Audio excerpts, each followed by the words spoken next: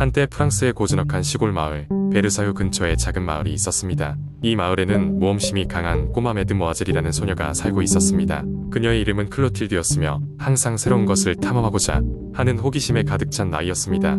어느 날 클로틸드는 마을 외곽의 오래된 대저택에 관해 우연히 듣게 되었습니다. 주민들은 이 대저택을 피했으며 춥고 어두운 유령이 나타난다고 얘기했습니다. 그러나 클로틸드는 두려워하지 않았고 대저택의 비밀을 알아내고자 결심했습니다. 계절은 가을이었고 클로틸드는 겨울이 오기 전에 탐험을 완료하고 싶었습니다. 그녀는 즉시 계획을 세웠습니다. 주말이 되어 드디어 모험의 날이 찾아왔습니다. 클로틸드는 배낭에 필요한 물품을 챙기고 그 대저택으로 향했습니다. 태양이 지평선 너머로 조금씩 넘어갈 때쯤 클로틸드는 큰 대문 앞에 도착했습니다.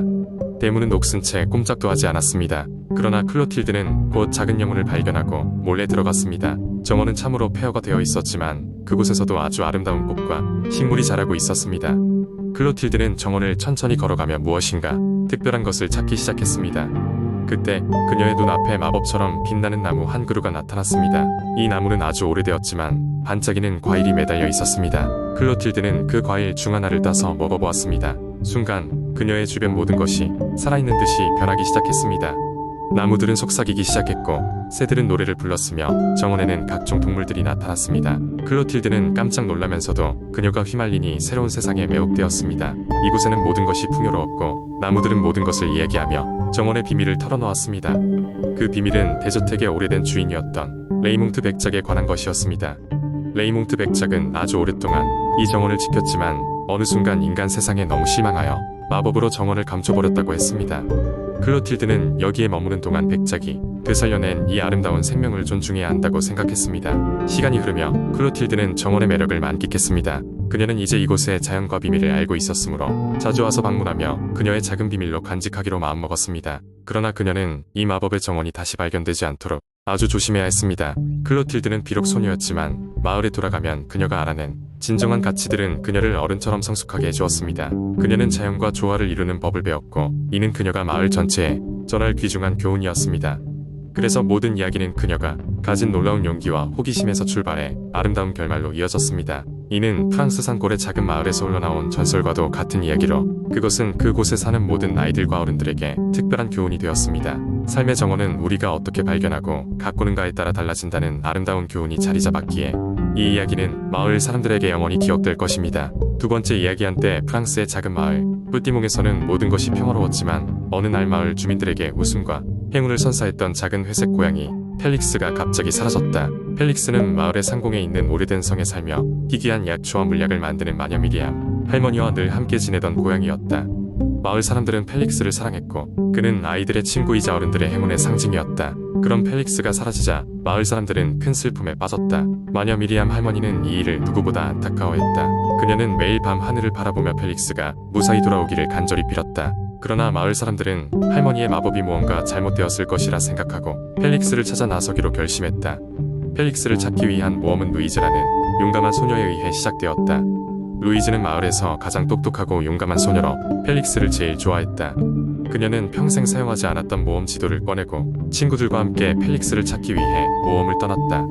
친구들은 장난꾸러기 소년 피에르와 이성적인 소녀 클레오였다. 셋은 가장 먼저 해골숲으로 향했다.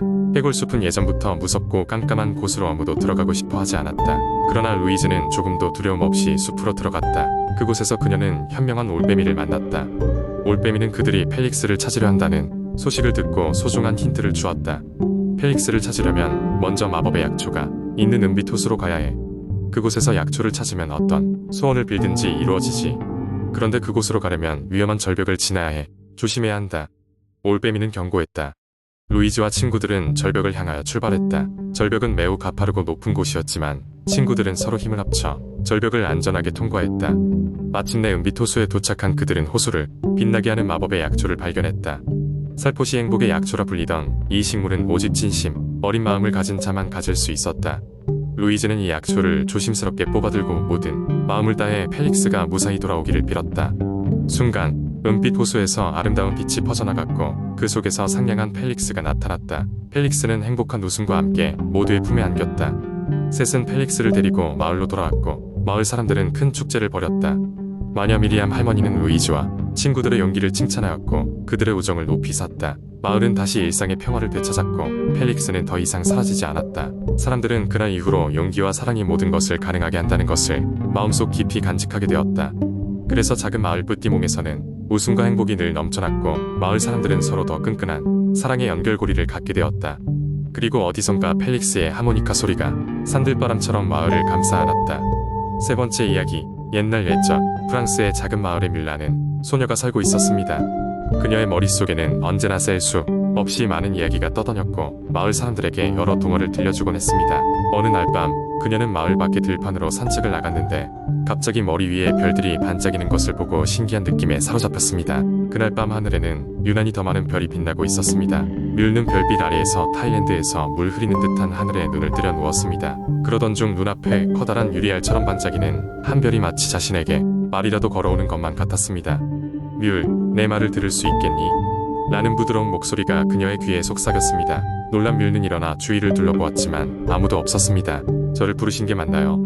정말 별이 말을 할 수 있나요? 그녀는 별에게 되물었습니다. 별은 그림자처럼 흐릿하게 나타나더니 점점 더 뚜렷해졌고 마침내 그녀 앞에 서 있는 소년의 모습으로 변했습니다. 난 벨라라의 왕자, 루미엘이란다.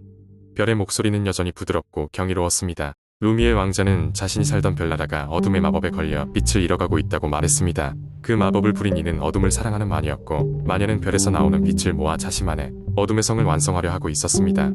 마녀를 물리칠 수 있는 유일한 방법은 지구에서 온 순수한 마음의 아이가 필요하다고 했습니다. 뮬는 어쩌면 자신이 그 마법을 풀 수 있을지도 모른다는 생각이 들어 용기를 내어 루미엘에게 함께 가겠다고 했습니다. 둘은 별빛의 길을 따라 걷기 시작했습니다. 걸음마다 눈앞에는 새로운 별나라의 풍경이 펼쳐졌고 시각의 한계로 믿기 어려운 광경들이 연속으로 이어졌습니다. 별들이 속삭이는 소리를 들으며 루미엘은 그녀에게 별나라의 역사와 마녀의 이야기를 전해줬습니다. 별나라는 수천 년을 평화롭게 지내왔지만 마녀는 갈수록 강해지기만 했습니다. 어느새 그들은 마녀의 어둠의 성에 도착했습니다.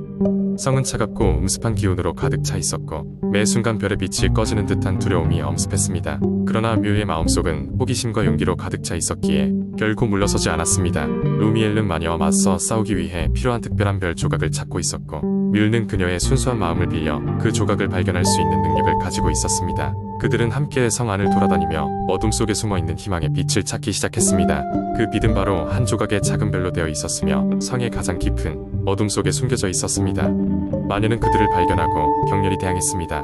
그러나 뮬는 두려움 없는 마음으로 작은 별 조각을 가슴에 품었습니다. 그녀의 마음 깊숙이 있는 순수한 사랑과 용기의 에너지가 별 조각에 놀라운 생명을 불어넣었습니다. 순간 성은 강렬한 빛으로 가득 차게 되었고 마녀는 그 빛에 의해 어둠 속으로 사라졌습니다. 별나라엔 다시 평화와 빛이 찾아왔고 루미엘 왕자는 뮬에게 끝없는 감사의 말을 전했습니다. 너의 순수한 마음 덕분에 별나라는 다시 빛을 찾았어. 뮬는 별나라 왕자와 작별을 고하며 별빛의 길을 따라 집으로 돌아왔습니다. 그녀가 돌아온 후 마을 사람들에게는 새로운 동화가 늘어났습니다. 바로 그녀가 경험한 별나라의 이야기는 영원히 전해지게 되었습니다. 네 번째 이야기, 옛날 옛적 프랑스의 파리라는 아름다운 도시에 피에르라는 꼬마 마술사가 살고 있었습니다. 피에르는 도시의 북쪽 끝 센강이 흐르는 근처의 작은 집에 할머니와 함께 살았습니다. 그의 할머니는 마을에서 가장 유명한 점쟁이였고 자연과 별들을 통해 미래를 내다볼 수 있었습니다. 어린 피에르는 할머니가 별을 보면서 넋을 잃고 있는 모습을 자주 목격하곤 했습니다. 피에르는 아직 어린 나이였지만 마법과 예술에 대한 깊은 열망을 품고 있었습니다. 매일 밤 피에르는 할머니가 들려주는 무수한 고대 전설을 들으면서 꿈꾸었습니다. 그러던 어느 날 밤 할머니는 피에르에게 특별한 이야기를 들려주었습니다. 그것은 바로 별의 불빛을 통해 세상의 비밀을 알아낼 수 있는 마법의 힘에 대한 전설이었습니다. 별의 불빛은 하늘에 가장 밝게 빛나는 별들로부터 내려오는 특별한 에너지였고 그 힘을 통해 사람들은 숨겨진 진실과 기적을 발견할 수 있었습니다. 어느 날 피에르는 마을 광장에서 열리는 축제에 가기로 했습니다. 광장 한가운데 커다란 무대 위에서 마술사들이 놀라운 묘기를 선보이고 있었습니다. 피에르는 무대를 바라보면서 마음속 깊은 곳에 숨어있던 마법에 대한 갈망이 불타오르는 것을 느꼈습니다. 어느덧 자기 차례가 되어 무대에 오른 피에르는 할머니의 이야기들을 떠올리며 마법을 부리기로 했습니다. 그날 밤 별들은 그 어느 때보다도 밝게 빛났고 피에르는 별빛 아래에서 할머니가 알려준 주문을 중얼거렸습니다. 그러자 놀랍게도 그의 앞에 작은 별의 조각이 나타났습니다. 그 조각은 찬란하게 빛났고 피에르는 그것을 손에 쥐어 별에 대한 전설이 사실임을 깨달았습니다. 피에르는 별의 조각을 손에 들고 집으로 돌아왔습니다. 할머니는 그 조각을 보고 미소 지으며 피에르에게 그것을 잘 간직하라고 말했습니다. 별의 조각은 그의 인생에서 새로운 모험과 깨달음을 안겨줄 것이었기 때문입니다. 그 후 피에르는 별의 조각이 가진 힘을 점차 알아가며 많은 사람들을 돕고 도시에 여러 가지 변화를 가져왔습니다. 사람들은 점차 피에르의 명성을 듣고 그를 파리의 별의 소년이라고 부르게 되었습니다. 피에르는 자신의 마법을 통해 마을 사람들의 문제를 해결하고 그들의 삶의 빛과 희망을 선사했습니다. 세월이 흐르면서 피에르는 성장하여 도시 최고의 마술사가 되었고 그의 전설은 파리 전역에 퍼져나갔습니다. 피에르는 마법을 통해 도시의 비밀을 밝히고 사람들에게 희망과 기쁨을 주었습니다. 할머니는 어느 날 밤 피에르에게 이렇게 말했습니다. 피에르, 너는 이제 별들을 통해 세상의 비밀을 발견할 수 있는 진정한 마술사가 되었구나. 그리하여 별의 불빛을 손에 쥔 피에르의 이야기는 아직까지도 파리에서 전해 내려오며 많은 이들의 영감이 되고 있습니다. 그의 마법과 별에 대한 갈망은 아마도 계속해서 새로운 세대의 아이들에게 희망을 주며 하늘의 별들을 올려다보게 할 것입니다.